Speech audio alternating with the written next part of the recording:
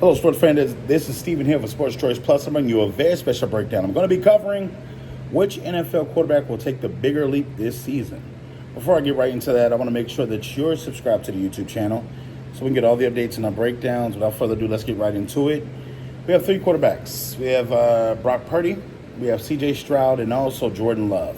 I'm going to be covering which one of these three are taking the biggest leap, and we're going to put them in statistical order of the order in which I think is going to happen, and we're going to go through a little bit of breakdown of what their teams are offering. So for the first team I want to present, and I think that it's tough because this team had a great season last season, and they reached a peak almost to the top of the actual mountain, and I think that's the San Francisco 49ers and Brock Purdy.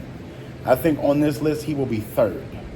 The reason why I say this, Brock Purdy and the 49ers are in a situation to where the 49ers are tough on cap space. They have a lot of talented pieces like Deebo Samuel. I know Ayuk's doing a contract dispute, but he's still there. Christian McCaffrey, Kittle, they have a great offensive line.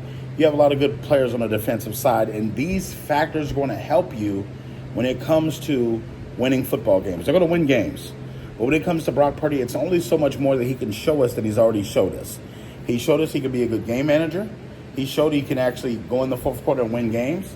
He's also shown us that he can protect the football. So when it comes to it, the only thing that we can really learn from Brock Purdy is his stats.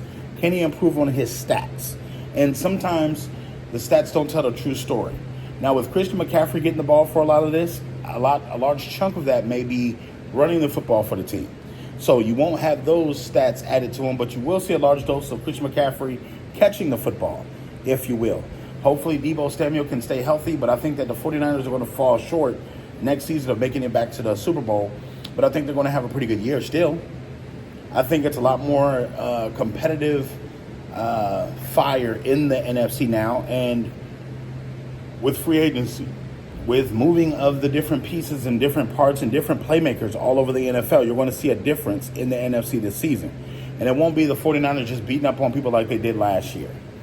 Coming in at number 2, I think that this is the most progression we'll be able to see physically because of the volume in which we're going to see it. I think that Jordan Love is going to be number 2 on this list, and I think that because the Packers' LaFleur understands what he has in Josh Jacobs running the football, they're going to be a point in time where Josh Jacobs is controlling the tempo of certain games, especially when it gets cold in Green Bay.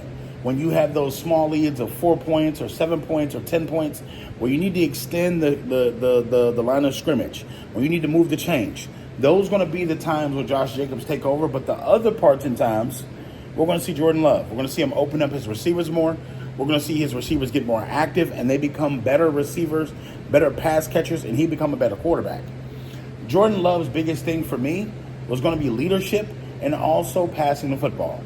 From the standpoint of him passing the football in the fourth quarter against good teams.